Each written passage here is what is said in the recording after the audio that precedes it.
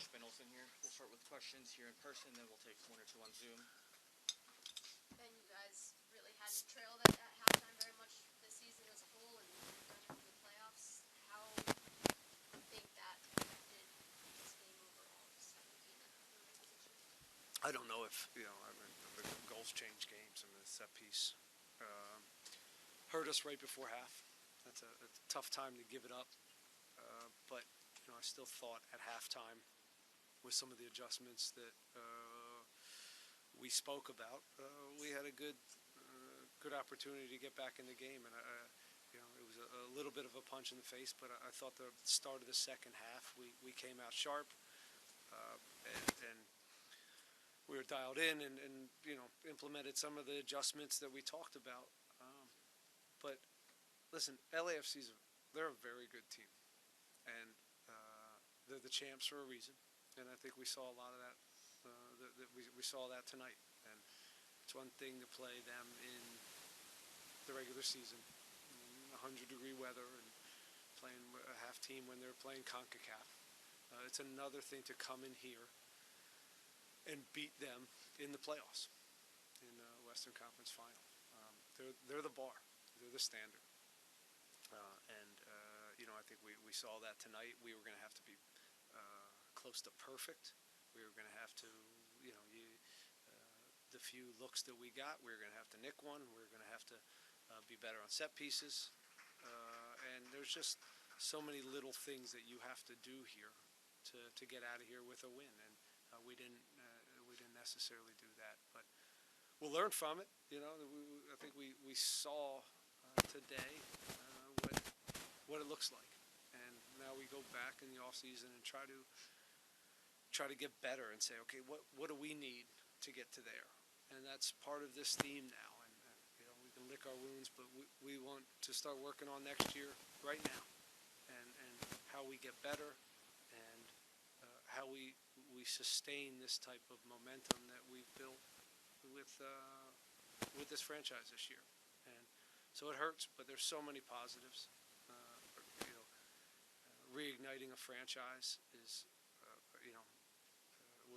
has been a lot of fun, and this team in there has done so much as far as 3 home playoff games, getting in the postseason, bringing a trophy back to Houston.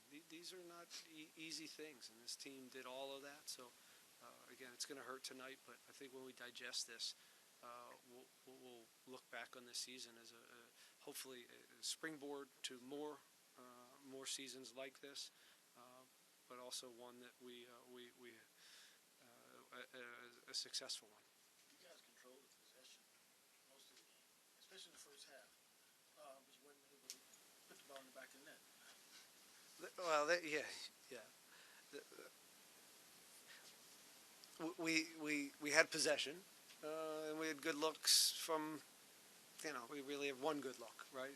Corey's early in the game, but a lot of them were shots from outside the 18 and things they were in some ways allowing us to have. But again, we're always going to have to possession against teams. We're going to break teams down and get into good positions. I just thought final product, 2v1s, we weren't real effective. We're off with a lot of the pass. We couldn't find our wingers fast enough. And again, they both outside backs for them, I thought played really well. 2 experienced center backs, and you can see what type of transitions quality that they have with Bawanga and Vela and Oliveras. It's a very, very tough team, and again, you have to be close to perfect to get out of here with a win, and we just weren't tonight. Steve was tested a lot early, yep. And it got pretty physical and chippy there, even just the first 30 minutes, just with him being kind of the emotional engine of the team. How do you think he handled it? Steve's great. Part of that is just Steve managing the game, and he's really, really good at it. But they're a physical team. They're the most physical team in the league. And again, you don't always see it until it's playoff time. And teams that come in here and understand that they are kind of a different animal. And we saw a little bit of that tonight. But it was an okay performance from us, but it needed to be great, and it wasn't great. But again, that doesn't take away from the joy that this team has brought. I think hopefully our fans and certainly me. A couple of pressers ago, you said this team was a bit ahead of schedule. What are some moves in the offseason to get this team on schedule to winning even more trophies? Yeah, I'm not going to get into that. Sorry for ducking your question. I don't want to get into the off-season and moves, but we'll get back. We'll be in the office this week, and we'll start working on next week because we know we got to get better. So that's where these are the type of games where you learn who you are and where you need to go when you're playing against the best. You could find that out very clearly. And then how does the team continue to build and continue to having a winning culture? We compete. We bring guys in to continue to push the culture, push the locker room, and push for playing time. And so on the field, we'll try to bring more quality in and just kind of keep pushing that there. But culture will be fine. There are good guys in there. A lot of them are going to be coming back. So I don't worry about the culture component because it's their culture. They're a part of it. And if those guys are back, they'll keep pushing that and handle most of that. You speak about going back to the office this week, talking about the off season. You've got a month until break, if I'm not mistaken, and then 2 months till CONCACAF Champions Cup. We find out the draw next week. Just could you add along to that, please? On CONCACAF? Just Or how to prepare for all of that.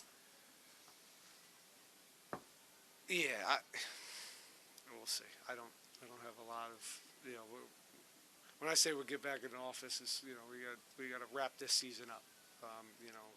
As we go, we know we have CONCACAF coming up, and we got some preseason plans. So that's all kind of in the works already, and those dates are somewhat close to being shored up.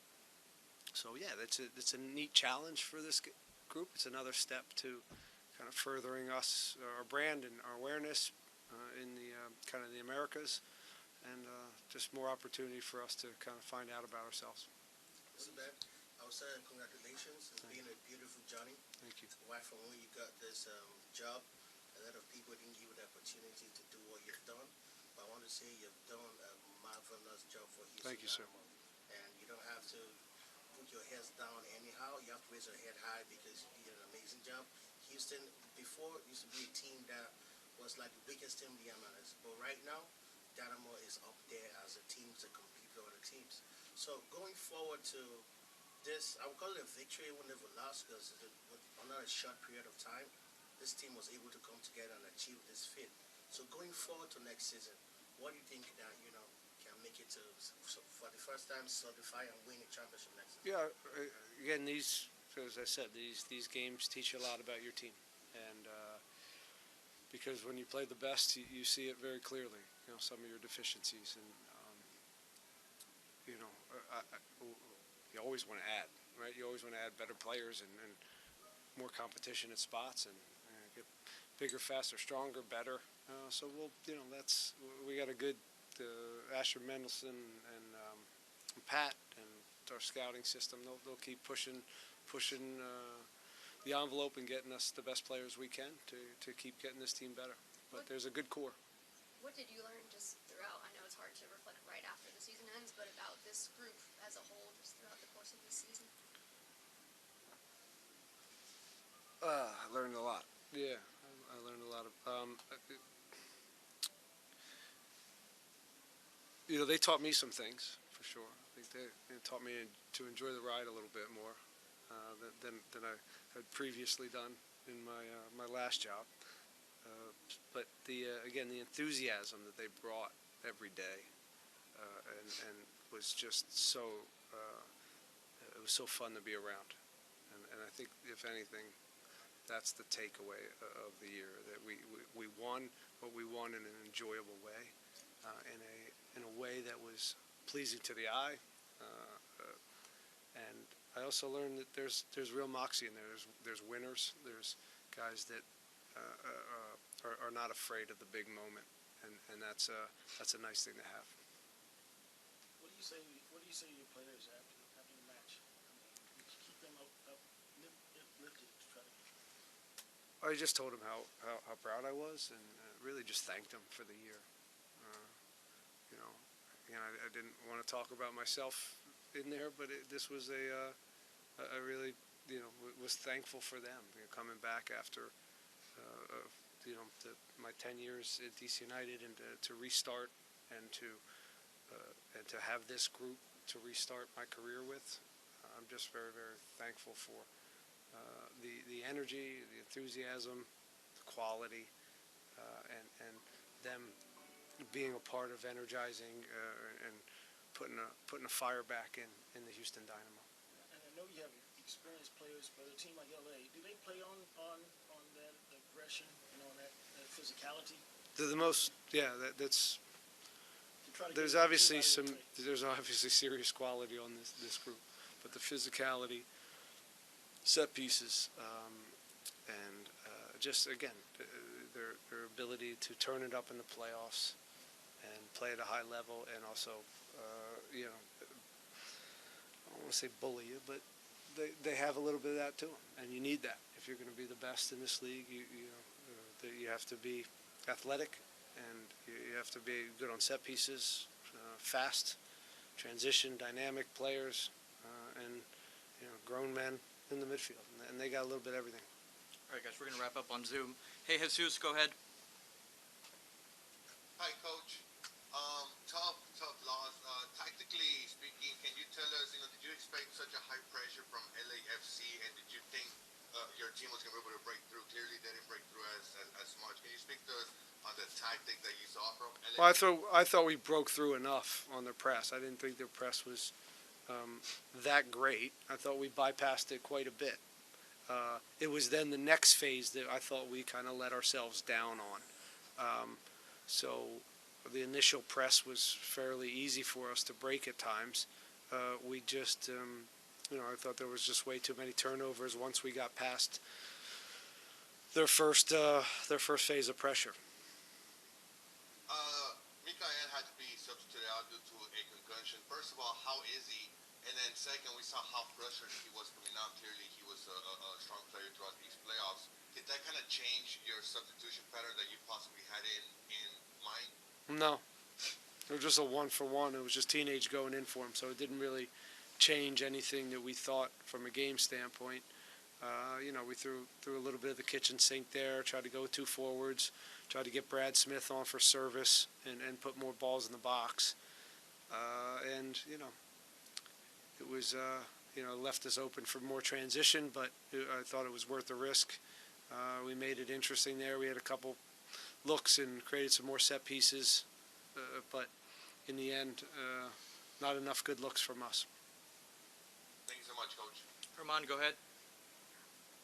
Hey, Coach, I just want to emphasize how proud the fan base is of the season the team has had, and y'all shouldn't hold your heads down. Y'all should be proud of the season y'all had. Just want to start off that. Thank you. My two questions for tonight are kind of building on Jesus's question just now. You get through the first phase of the pressing. What did they do to prevent us from creating those clear scoring opportunities? I know we had some turnovers, some giveaways trying to build up our attack, but what did you see from your point of view that we couldn't create that clear scoring opportunity? Well, I thought too many times once we got past their pressure, we rushed down one side. We weren't patient enough to come back across and build the other side and just make them defend a little bit longer. And it was too easy for them to get the ball back. And I thought we needed to make the extra pass or the extra switch. Because what happens if you don't do that against them, you're not in a good position to defend in transition. And if you turnovers in the center of the park, that goes right into what they want to do, and they come down the other way. So I don't know if it was stuff that they did as much as I just didn't think we were sharp. The field stinks here. It's a terrible field. And they have concerts here every 3 days or whatever, and the field's a joke. It's been a joke all year, but again, it didn't necessarily have anything to do with the score line. but it's just what it is, and I think part of that disrupted some of our passing that we usually rely on. That's right.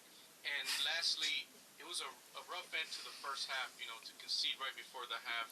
What message did you tell your guys in the locker room at halftime to try to motivate them and get them back in the game? What was the message coming out of the locker room? It's a simple message of it's 1-0 on the road. It's not a big deal.